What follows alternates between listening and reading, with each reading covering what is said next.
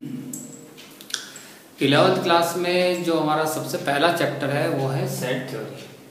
ठीक है, set theory जितना भी सेट हम लोग पढ़ेंगे उसकी स्टडी को सेट थ्योरी बोलते हैं। अब ये सेट क्या है? ठीक है, set it is well defined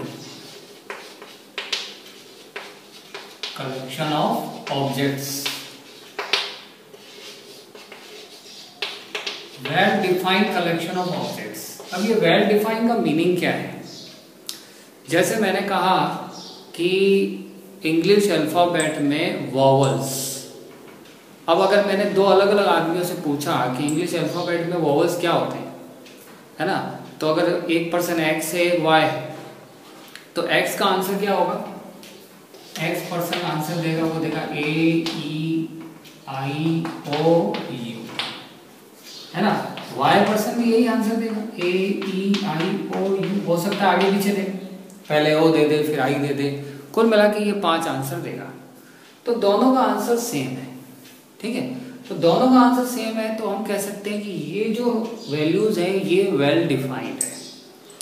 अब आप कहेंगे कि वेल डिफाइंड कौन सी नहीं होती?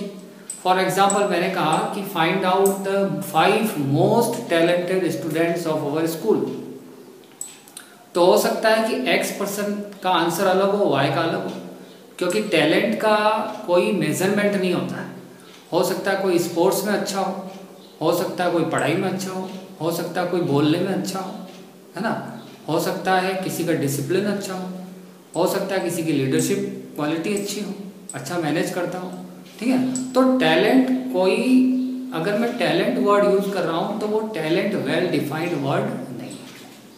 ठीक है, तो क्लियर है, वेल डिफाइंड वो होते हैं जो पर्सन टू पर्सन चेंज ना हो, यूनिवर्सल ट्रूथ हो, सबके लिए सेम हो, सबके लिए आंसर अलग अलग ना हो, उसको हम वेल डिफाइंड कहेंगे। तो जब भी आपको पहचानना हो तो आप इस तरीके से पहचान सकते हैं।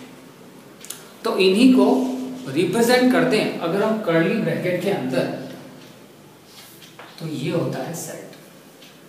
Now it is a collection of well defined objects and here well defined objects are vowels. ठीक है, तो ये वेल डिफाइंड ऑब्जेक्ट्स हमने कर्ली ब्रैकेट में रिप्रेजेंट किए और हर एलिमेंट के बीच में हमने कॉमा लगाया। तो ये इतने सारे एलिमेंट्स हैं, इसको हमने सेट के फॉर्म में लिखा। तो सेट का सिंबल जो हुआ वो ये कर्ली ब्रैकेट हो गया और बीच में जो है वो हमारे एलिमेंट्स हो गए। अगर बहुत सारे हैं तो उनके बीच में कॉमा लगेगा। ठीक है, अब बात आती है कि सेट को रिप्रेजेंट कैसे करें। तो सेट को रिप्रेजेंट करने के 2 तरीके हैं। Number 1 set builder form and number 2 roster form. ठीक है, रोस्टर फॉर्म को टेबुलर फॉर्म भी बोलते हैं। अब ये रोस्टर फॉर्म टेबुलर फॉर्म क्या है? हम इस क्वेश्चन में फिर से आते हैं। ये हमने वॉवल्स निकाले, तो इसको लिखने का एक तरीका मैं ये भी कर सकता था, मैं लिखता एक्स वेयर। अच्छा, जब हम सेट थ्योरी पढ़ेंगे तो कुछ सिंबल्स बार बार आएंगे, जैसे ये सिंबल जो है यहाँ तो उसको सच डैट पढ़ेंगे, ये सेमीकोलन जैसा सच डैट, यहाँ पढ़ेंगे वेयर। ठीक है, ये सिंबल है एलिमेंट ऑफ। एलिमेंट ऑफ यानी एलिमेंट ऑफ कहो या मेंबर ऑफ कहो। ठीक है, this for all values, for all values, all greater than less than, ये तो हम पढ़ते ही आ रहे हैं, greater than equal to less than equal to. तो मैं बात कर रहा था इस वॉवल की। इस वॉवल को मैं एक और तरीके से लिख सकता हूं, जैसे अगर मैं इसको लिखता x where x is a vowel in English alphabet. X is a vowel in English alphabet. तो ये जो मैंने लिखा ये एक लैंग्वेज फॉर्म में लिखा है, स्टेटमेंट फॉर्म में लिखा है। ठीक है। तो इस तरीके के लिखने को बोलते हैं सेट बिल्डर फॉर्म और इस तरीके के लिखने को बोलते हैं रोस्टर फॉर्म। ठीक है। तो जो मैंने एक्चुअल एलिमेंट्स थे वो लिख दिए तो ये रोस्टर फॉर्म है, और अगर मैंने उसको किसी सिंबल्स या लैंग्वेज के फॉर्म में लिखा तो उसको बोलते हैं set builder form. Set builder form को रिप्रेजेंट करने के और भी कई तरीके हो सकते हैं, जैसे जरूरी नहीं कि मैंने पूरी लैंग्वेज लिखी। फॉर एग्जाम्पल मैंने एक एग्जाम्पल लिया x where x is equal to 2n for all values x is a natural number, x belongs to natural number and this natural number is less than 4। x 2n है जहां n natural number है और इस n की जो value है या natural number की जो वैल्यू है ये 4 से कम है। ठीक है। अब अगर मैं ये सेट बिल्डर फॉर्म हुआ, अब अगर मुझे इसको रोस्टर फॉर्म में चेंज करना हुआ तो पहला नेचुरल नंबर होता है 1, तो मुझे यहाँ 1 रखना है। तो जैसे ही 1 रखेंगे तो 2 into 1 2 आ जाएगा, फिर रखेंगे 2 नेक्स्ट नेचुरल नंबर तो ये हो जाएगा 4, फिर हो जाएगा 3 रखेंगे तो 6, लेकिन 4 रखना नहीं है, 4 से कम है। तो ये मेरा हो गया रोस्टर फॉर्म, ये सेट बिल्डर फॉर्म, ये रोस्टर फॉर्म। तो इसमें हमने कोई लैंग्वेज नहीं लिखी, सिंबल्स को यूज किया, लेकिन ये हमारे आंसर रिप्रेजेंट नहीं कर रहा है, एक्चुअल एलिमेंट मेरे ये है। ठीक है ना। इसकी हेल्प से हम इन कंडीशंस की हेल्प से, इन रेस्ट्रिक्शंस की हेल्प से हम यहाँ तक पहुँचे। तो ये सारी रेस्ट्रिक्शंस थी, नेचुरल नंबर होना चाहिए, 4 से कम होना चाहिए। ठीक है। तो इस सेट को रिप्रेजेंट करने के ये 2 तरीके हो गए, रोस्टर फॉर्म और सेट बिल्डर फॉर्म। एक कुछ चीजें और ध्यान रखनी, जैसे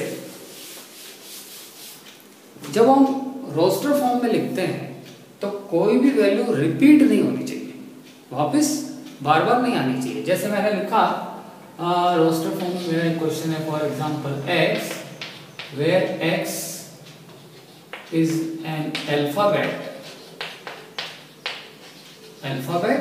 of word school। x जहां x जो है वो अल्फाबेट है और वर्ड स्कूल का अल्फाबेट है। अब मुझे इसको रोस्टर फॉर्म में लिखना है, तो रोस्टर फॉर्म में लिखने के लिए एक वर्ड हो गया s, एक हो गया c, एक हो गया h, एक हो गया o, एक हो गया o, एक हो गया n। अभी हमने कहा कि कोई भी वर्ड 2 बार नहीं आ सकता, तो इसमें से हम एक ही बार वो लिखेंगे, ए को हटा देंगे। ठीक है।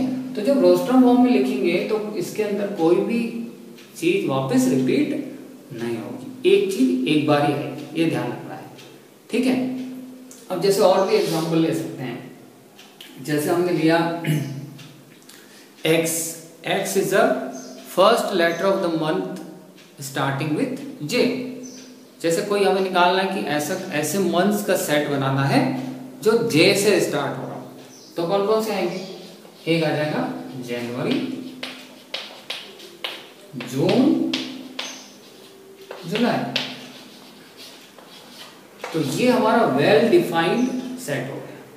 ठीक है, समझ आ रहा है ना। तो जो वेल डिफाइंड है, जिसकी वैल्यू अब जब मैं किसी x पर्सन से पूछूंगा तो वो भी जनवरी, जून और जुलाई बोलेगा, y से पूछूंगा तो भी यही बोलेगा, तो सबके लिए आंसर सेम रहेगा। तो ये हम सेट फॉर्म में रिप्रेजेंट कर सकते हैं। ठीक है। तो सेट फॉर्म में क्या क्या हुआ? Well defined collection of object है। सेट को कर्ली ब्रैकेट के अंदर एलिमेंट्स कॉमा के फॉर्म में रिप्रेजेंट किया जाता है। 2 तरीके से लिखा जाता है, एक सेट बिल्डर फॉर्म जो ज़्यादातर लैंग्वेज या सिंबल्स के फॉर्म में होता है, और एक रोस्टर या टेबुलर फॉर्म जिसमें डायरेक्ट एलिमेंट्स जो आंसर होते हैं वही लिखे जाएंगे। ठीक है। नेक्स्ट एक्सरसाइज शुरू करने से पहले कुछ इंपॉर्टेंट सेट्स जो हम अब तक यूज करते आ रहे हैं उनको ले लेते हैं। जैसे सबसे पहले अगर मैंने यहाँ नंबर लाइन बनाई तो नंबर लाइन 0 1 2 3 -1 -2 -3। तो ये जो मैंने लाइन बनाई है ये सारे के सारी रियल एक्सेस हैं या रियल नंबर्स हैं। रियल नंबर्स जो होते हैं वो होते हैं जो इस लाइन पर आ सकें, चाहे वो डेसिमल में हो, रूट में हो। वैसे हमने लोअर क्लासेस में रियल नंबर की डेफिनेशन पढ़ी है कि ये रेशनल या इरेशनल होते हैं। ठीक है, तो ये रेशनल और इरेशनल सारे मिला के रियल नंबर्स होते हैं और ये सारे इस लाइन पर आ सकते हैं, तो ये सारे रियल नंबर्स हैं। इन रियल नंबर्स में भी अगर मैं यहाँ से देखूँ तो ये होल नंबर का सेट है। होल नंबर का सेट स्टार्ट होता है 0, 1, 2, 3 एंड सो ऑन। ठीक है, ये सारे होल नंबर्स हो गए।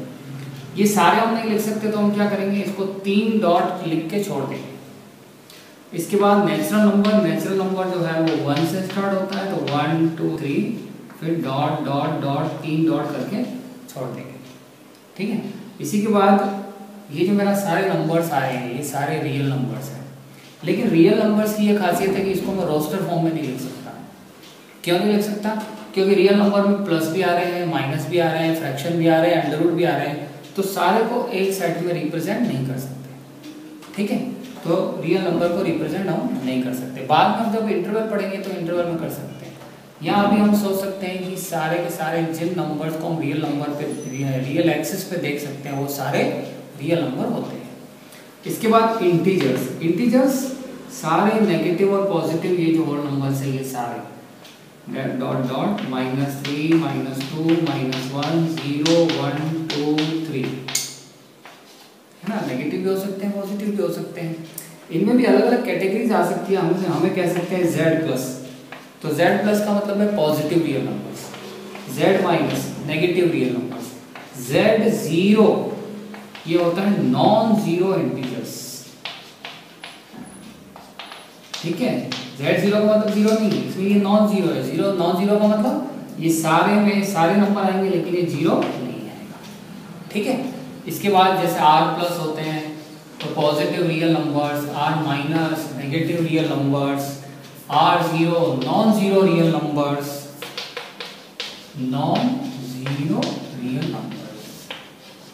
ठीक है, तो ये कुछ टर्म्स बार बार हमें देखने को मिलेंगे।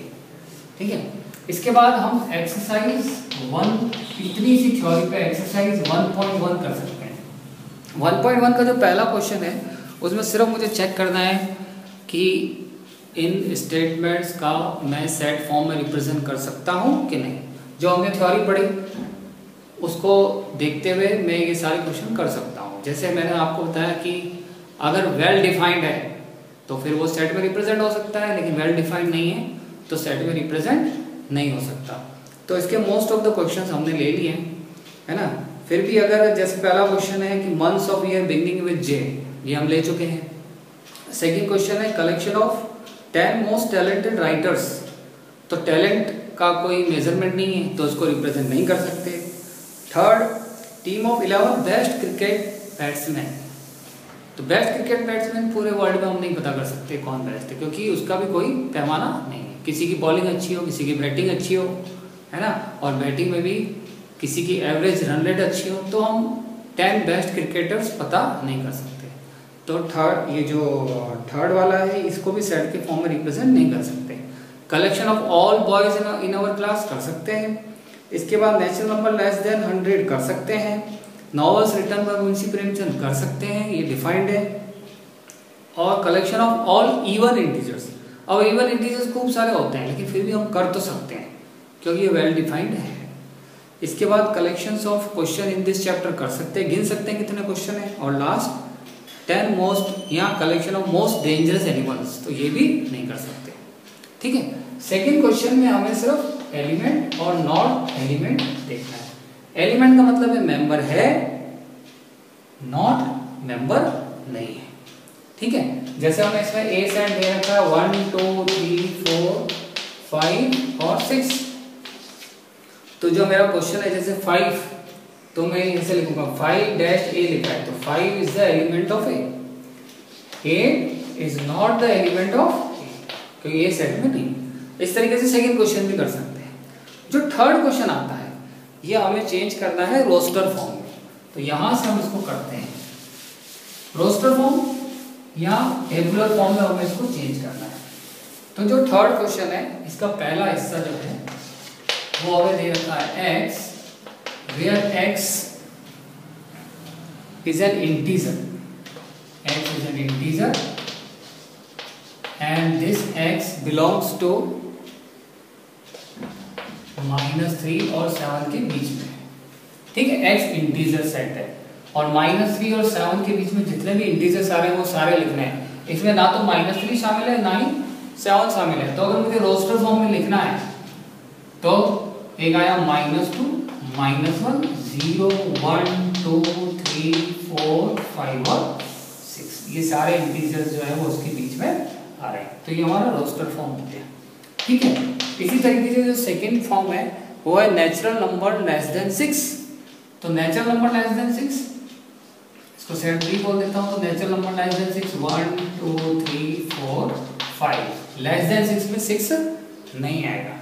Third part, x is a two digit natural number such that sum of digit is 8। 2 digit number है और सम ऑफ डिजिट जो है वो 8 है, ठीक है। अब 2 डिजिट नंबर भी है और सम ऑफ डिजिट 8 भी है। तो पहला नंबर, अच्छा इसमें कोई रेस्ट्रिक्शन नहीं है, इसमें सिर्फ रेस्ट्रिक्शन है, नेचुरल नंबर है, नेचुरल नंबर भी होना चाहिए, यानी हमें 0 नहीं लेना है। नेचुरल नंबर 1 से स्टार्ट होता है। तो पहला नंबर हो गया फॉर एग्जांपल 17, दोनों का सम 8 है। फिर हो गया 26 35, उसके बाद 44 53 62 72, ठीक है। ये हमारे सारे नंबर्स आ गए। हमने इसमें 80 नहीं लिया क्योंकि इसमें 0 आ जाता, ठीक है। तो ये सम ऑफ सारे दो नंबर्स ऐसे हैं जिनका सम जो है वो हमारा 8 आ रहा है। थर्ड क्वेश्चन में फोर्थ पार्ट में हमें एक सेट दे रखा है x is a prime number which is divisor of 60। इसको हमें रोस्टर फॉर्म में चेंज करना है। कुल मिला के हमें 60 के प्राइम फैक्टर्स निकालने हैं। तो 60 के प्राइम फैक्टर, तो सबसे पहला प्राइम फैक्टर आएगा डी सेट का, वो आएगा 2, 1 नहीं आएगा, ठीक है। उसके बाद 3 भी होता है, उसके बाद 4 5 6, उसके बाद आएगा 10, फिर 12, फिर 15, फिर 30, फिर खुद 60 भी आएगा, ठीक है। तो ये सारे इसके फैक्टर्स हो गए। अच्छा, इसमें ये प्राइम नंबर बोला है, तो हम क्या करेंगे, इसमें जो जो प्राइम नंबर है वो लेंगे, बाकी सारे छोड़ देंगे। तो ये प्राइम नहीं है, ये प्राइम नहीं है, ये प्राइम नहीं है, ये भी नहीं है, ये भी नहीं है, ये भी नहीं है और ये भी नहीं है। तो कुल मिला के 3 प्राइम नंबर निकले, वो निकले 2 3 और 5। तो ये हमारा आंसर हो गया, ठीक है। तो 2 3 5 ये 3 ही ऐसे डिवाइजर्स हैं जो प्राइम नंबर भी हैं और 60 के फैक्टर्स भी हैं। उसके बाद ट्रिग्नोमेट्री, इसको हमें सेट बिल्डर फॉर्म में लिखना है। तो हमने पहले सीख लिया कि एक वर्ड एक बार ही लिखना है। तो जैसे इसको मैं लिख सकता हूँ, तो P सेट हो गया, सबसे पहले P R I G O N O आ गया, वापस नहीं लिखना, M E T पहले ही लिख चुके हैं, R पहले ही लिख चुके हैं, Y। तो ये हमारा सेट बिल्डर फॉर्म हो गया। इसी तरीके से बैटर B E T और R, क्योंकि E और T पहले ही आ चुका।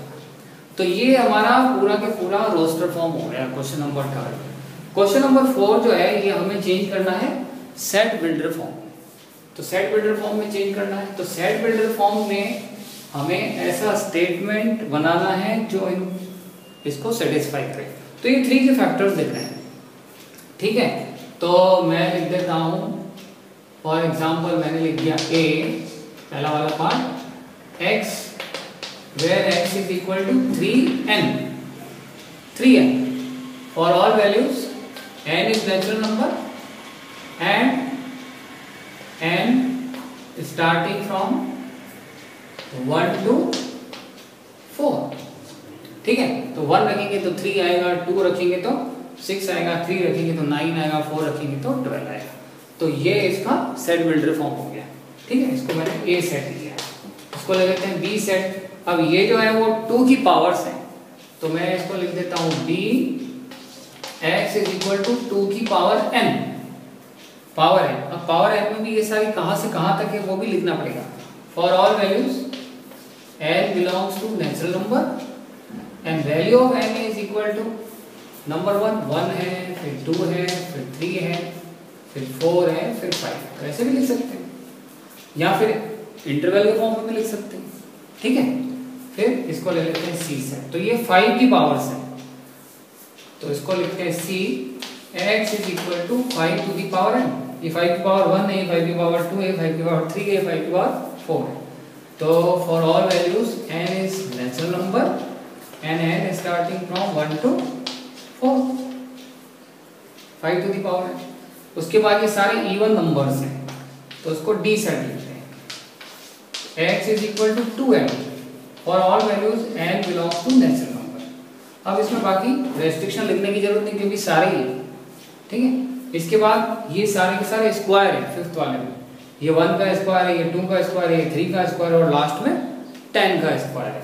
तो अब जो है हम लिख देते हैं इसको E set x is equal to n square for all values n is natural number and n starting from 1 to 10। ये मैंने सारे नेचुरल नंबर लेके किए। हम इसको इंटीजर लेके भी कर सकते हैं, इंटरवल दे सकते हैं, होल नंबर लेके भी कर सकते हैं, ठीक है। तो ये हम पर डिपेंड करता है, ये कोई फिक्स नहीं है कि इसी तरीके से लिखें, हम और कोई अपना तरीका भी निकाल सकते हैं। तो ये इसके सेट बिल्डर फॉर्म है।